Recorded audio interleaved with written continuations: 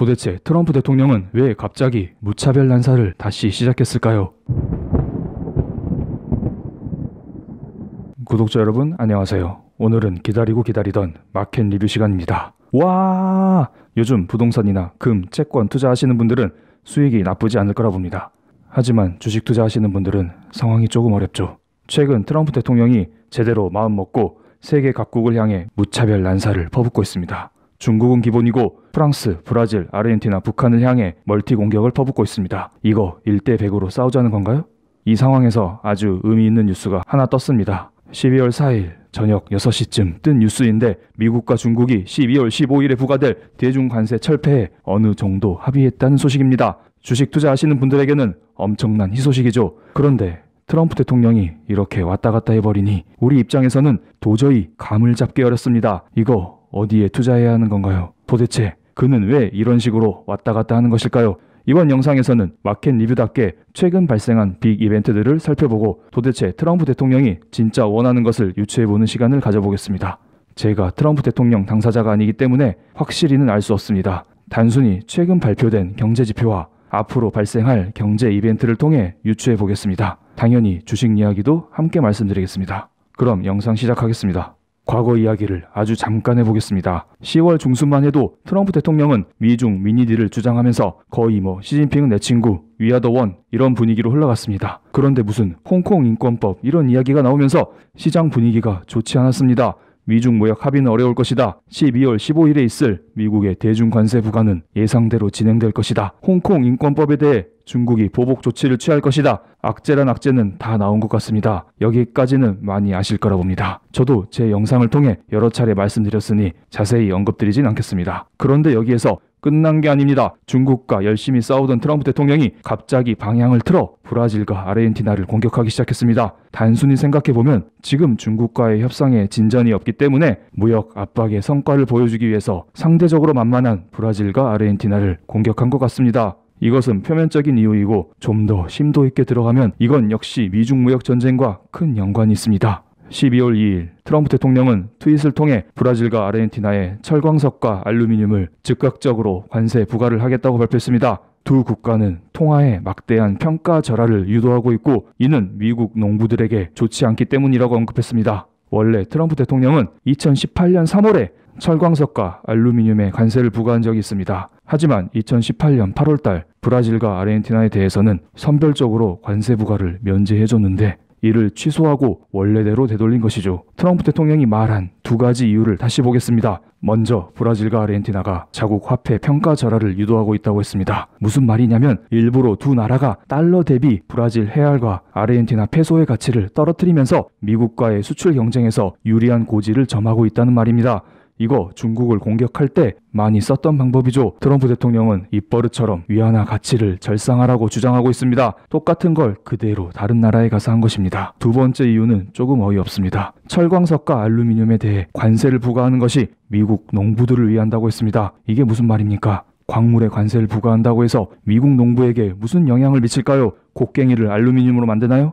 이와 관련하여 자료를 좀 찾아봤습니다. 제가 자료를 찾는 도중에 KB증권에서 나온 그럴싸한 보고서를 찾았습니다. 지금까지 미국은 중국에게 농산물을 수입하라고 압박하고 있습니다. 특히 중국에서 아프리카 돼지 열병으로 돼지 가격이 급등한 이후에는 농산물뿐만 아니라 미국산 돈육을 수입할 것이라는 기대도 나타나고 있습니다. 하지만 중국이 농산물과 육류를 브라질에서 수입하면서 미국산 농산물과 육류에 대한 필요성이 떨어졌고 이는 미국의 농산물 가격 하락과 협상력 하락으로 이어졌다는 것입니다. 그래서 KB증권 보고서에 따르면 미국과 중국의 1단계 무역 협상 합의가 지연된다면 미국은 중국을 압박하기 위해 브라질을 압박할 수 있다라고 분석했습니다. 브라질 너네 중국한테 돼지고기 그만 팔아. 중국은 우리 거 사야 해. 남미를 향한 압박은 미중 무역 전쟁의 연장선으로 보시면 될 것 같습니다. 어쨌든 이게 트럼프 대통령의 첫 번째 무차별 난사이고 두 번째 무차별 난사는 프랑스를 향해 이루어졌습니다. 미국은 프랑스의 디지털세가 미국 기업을 차별하고 국제 세금 정책의 일관된 원칙에 부합하지 않다면서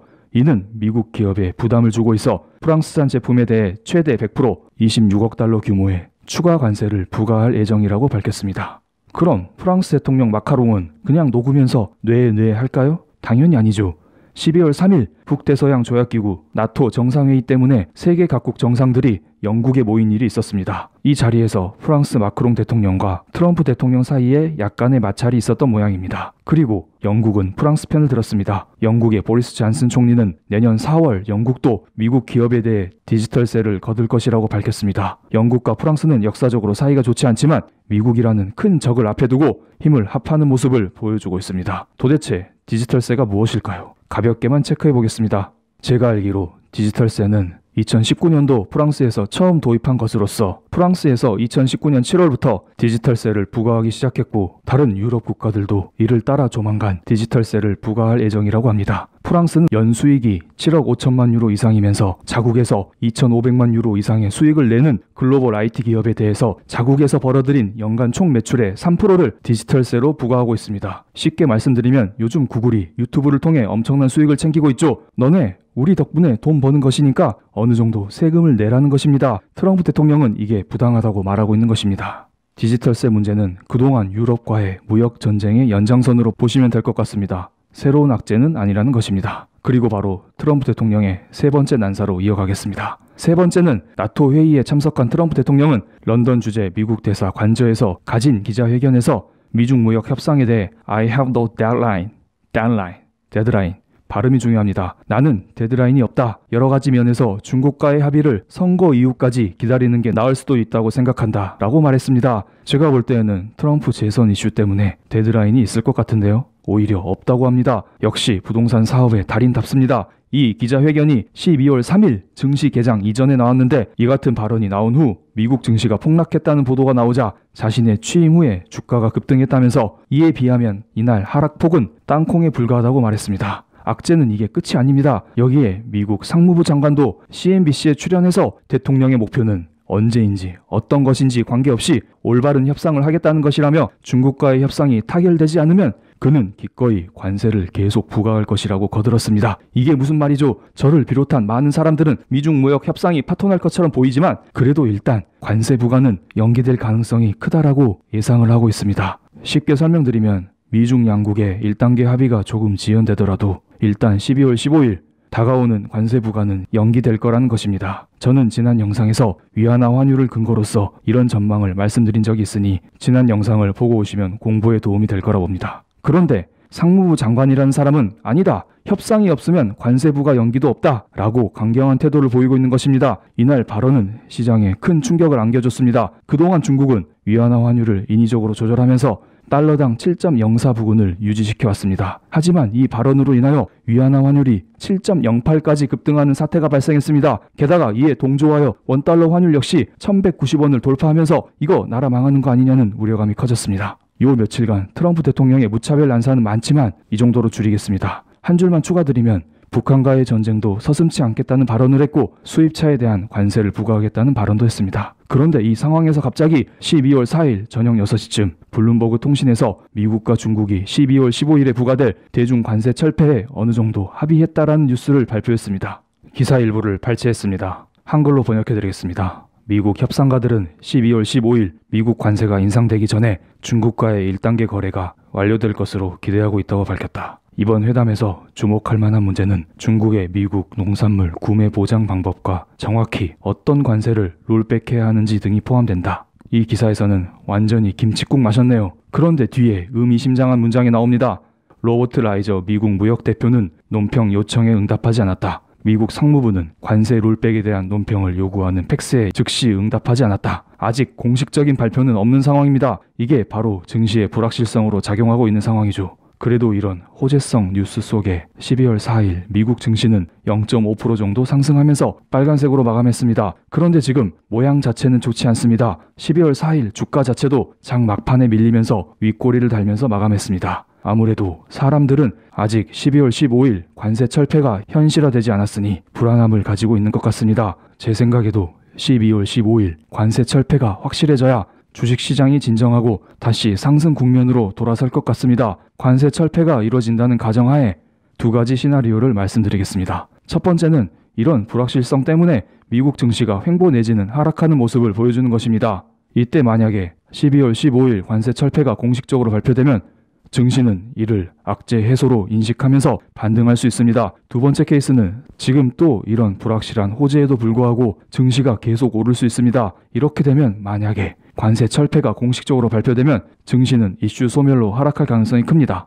향후 증시의 움직임을 지켜보시면서 매매하시면 됩니다. 이번에는 한국 증시 보겠습니다. 한국 증시는 요즘 많이 힘들죠. 저도 일부 비중 삼성전자를 묵혀두고 딱히 매매하고 있진 않습니다. 원래 단타 매매를 자주 했었는데 제가 요즘 유튜브 꿈나무로 전향한 이후로 종목을 뽑을 시간이 도무지 나지 않네요. 제 채널의 구독자분이 어느 정도 확보가 되고 안정화되면 종목 이야기도 슬슬 해보겠습니다. 안정화라는 기준이 애매하지만요. 요즘 한국 시장에서 외국인이 급속도로 빠져나가는 중입니다. 제가 최근 영상에서 외국인 매도에 대한 4가지 이유를 정리해드렸으니 꼭 보고 와주시면 도움이 될 거라 봅니다.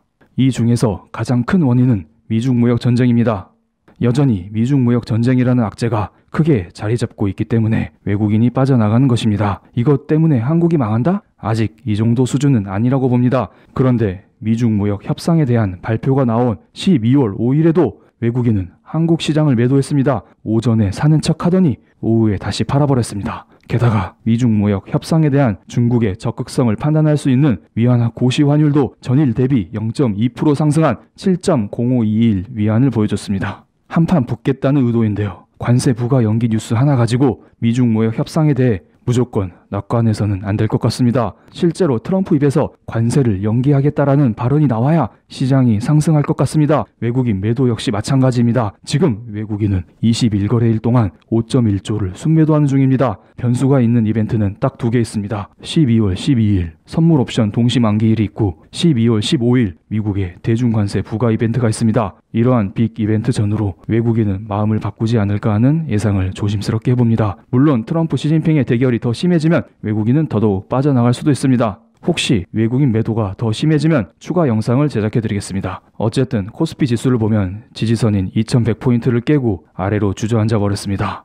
미중 무역 전쟁으로 인한 외국인 매도가 큰 원인으로 작용했습니다. 하지만 아직 연기금을 필두로 기관에서는 계속적으로 순매수를 보여주고 있습니다. 월봉 차트를 보겠습니다. 최근 3년간 아무리 빠져도 2000포인트 이 아래로는 잘 내려가지 않았습니다. 물론 2019년 8월 1891포인트까지 내려간 적이 있습니다. 이때를 제외하고 코스피 지수는 거의 2000을 지켜주는 움직임을 보여줬습니다. 이제 2019년이 거의 끝나가고 있습니다. 내년 2020년 기업 실적이 어떻게 될까요? 저를 비롯한 많은 언론에서는 힘들겠지만 올해보다는 나아질 것이라는 전망을 내놓고 있습니다. 그렇다면 지금 외국인 매도가 극에 달했을 지금이 오히려 모아가는 타이밍이라고 봅니다. 블랙, 도대체 언제까지 모아가라는 말이냐? 이러다가 30년 모으겠다. 여러분의 투자 성향을 잘 파악하세요. 만약 여러분이 단기 대응이 잘 되면 한 방에 샀다가 한 방에 팔아도 됩니다. 그런데 대부분 투자자들은 단기 대응을 하지 못합니다. 이런 분은 대략 한 달이든 2달이든 일정한 시간을 두고 꾸준히 분할 매수하시면 됩니다. 물론 이것은 그 기업의 가치가 변하지 않았다는 전제하에 말씀드리는 것입니다. 제가 모아갈 타이밍도 영상에서 다 말씀드리고 있습니다. 예전에 코스피 2140포인트 할 때 모아가라고 했었나요? 당시 마켓 리뷰를 보면 그때는 그냥 구경하는 시기라고 말씀드렸던 것 같네요. 자세한 투자 방법에 대한 영상도 시간이 되면 제작해드리겠습니다. 오늘 영상 여기에서 아닙니다. 하나 빼먹을 뻔했습니다. 도대체 트럼프 대통령은 왜 갑자기 무차별 난사를 다시 시작했을까요? 여러 가지 이유가 있을 거라 봅니다. 저의 개인적인 생각을 하나씩 말씀드리겠습니다. 첫 번째, 민주당의 탄핵 공격을 막아내기 위해서 무차별 난사를 시작했다고 봅니다. 오잉? 트럼프 대통령이 탄핵 때문에 오히려 세계와 협상하고 있는 거 아니냐? 맞습니다. 탄핵 전국 초반에는 어느 정도 순정적인 모습을 보여왔습니다. 그런데 트럼프 대통령 본인이 생각했을 때 본인이 탄핵될 가능성이 크지는 않아 보이는데 정치적인 꼼수로 민주당이 계속해서 탄핵을 주장하고 있는 게 마음에 들지 않았다고 봅니다. 그래서 이를 잠재우기 위해서 차라리 외부에 적을 만들어서 국민들의 시선을 그쪽으로 돌리려고 한 것 같습니다. 대표적인 게 중국입니다. 그리고 여기에 브라질, 아르헨티나, 프랑스, 북한을 추가했을 뿐입니다. 나토 정상회의에 참석하기 위해 영국을 방문한 트럼프 대통령은 영국에서도 민주당을 비난했습니다. 실제로 나토 일정은 예전에 잡혀있던 것인데 민주당이 탄핵 청문회 일정을 트럼프 대통령이 영국을 방문한 12월 4일로 잡았기 때문입니다. 트럼프는 영국에서 민주당을 향해 그들이 하는 일은 우리나라에 아주 나쁘다, 우스운 일이라면서 맹비난을 했습니다. 의도가 보이죠? 나는 나라를 위해 이 몸 하나 희생해서 중국을 비롯한 여러 나라와 싸우고 있어. 게다가 영국까지 와서 개고생하고 있어. 그런데 민주당 너네 뭐하냐? 이런 의도 같습니다. 게다가 이게 바로 두 번째 이유로 연결이 됩니다. 12월 10일, 11일 이틀간 연준회의를 통해 미국의 기준금리를 결정하게 됩니다. 많은 사람들은 이번에는 금리 동결을 전망하고 있습니다. 하지만 세상 모든 사람들이 금리 동결을 외쳐도 트럼프 대통령은 여전히 금리 인하를 외치고 있습니다. 아니죠. 블랙도 포함시켜주세요. 그래서 트럼프 대통령이 예전에 잘했던 거 있죠. 대외 악재를 터뜨리면서 미국 경제에 약간의 타격을 주고 이를 통해 파월 연준 의장으로 하여금 기준금리를 내리게 하는 전략을 다시 쓰는 것 같습니다. 최근 트럼프 대통령 트윗을 보면 알 수 있습니다. 파월 때리기를 자제해오던 트럼프 대통령이 다시 파월 때리기를 시작하고 있습니다. 여기에서 누군가는 딴지를 걸 수 있겠죠. 그렇다면 중국에 부과될 12월 15일 관세도 연기하면 안 되는 거 아닌가요? 이건 조금 애매한 문제입니다. 트럼프 대통령이 민주당의 비난에도 불구하고 나홀로 세계 각국과 싸우고 있다는 이미지를 각인시키기 위해서는 기본적으로 미국 경제가 탄탄해야 합니다. 그런데 지금 미국 경제가 썩 좋지 않습니다. 제조업 경기를 반영하는 ISM 제조업 구매관리자 지수, 고용 상태를 반영하는 비농업 부문, 신규 노동자 수, 소비 상태를 나타내는 소매 판매 증가율 중에서 지금 제조업과 고용 두 개가 흔들리고 있습니다. 제 마이크도 흔들립니다. 12월 2일에 발표된 미국의 11월 달 ISM 제조업 구매 관리자 지수는 48.1을 기록했습니다. 전달에 48.3보다 하락하면서 4개월 연속 50 이하를 기록했습니다. 50 이하는 제조업 위축 국면을 나타냅니다. 이상한 점은 중국의 제조업 지수는 계속 좋아지고 있다는 것입니다. 중국의 제조업 지수는 두 개가 있습니다. 국가통계국이 발표한 제조업 지수는 50.2, 차이신 제조업 지수는 51.8로서 계속해서 제조업 확장 국면을 보여주고 있습니다. 이것 또한 미국 입장에서 쫄릴 수밖에 없는 상황이라 봅니다. 게다가 미국의 제조업 침체가 고용으로 번지는 게 확인됐습니다. 12월 4일 발표된 ADP사 전미 고용 보고서에 따르면 11월 민간 부문 고용 증가는 6만 7천 명을 기록하면서 시장 전망치인 15만 명을 크게 하회했습니다. 참고로 지난 10월 달 고용은 12만 1천 명 증가를 보여준 상태입니다. 이거 고용이 반토막난 상황입니다. 이런 미국의 경기 침체 우려감으로 인하여 연준의 금리 인하 가능성이 조금씩 커지고 있긴 하지만 이런 상태에서 중국과 싸움을 지속하면 미국 경제가 더 흔들릴 수 있습니다. 그래서 일단은 완전한 협상은 아니어도 일부분은 덮으려고 하는 것입니다. 아직 12월 15일 관세 철폐가 공식화된 것은 아니기 때문에 이 문제는 지켜봐야겠습니다. 그럼 진짜로 이번 영상 마치겠습니다. 영상이 마음에 드셨다면 좋아요, 구독, 그리고 댓글까지 오늘도 시청해주셔서 감사합니다.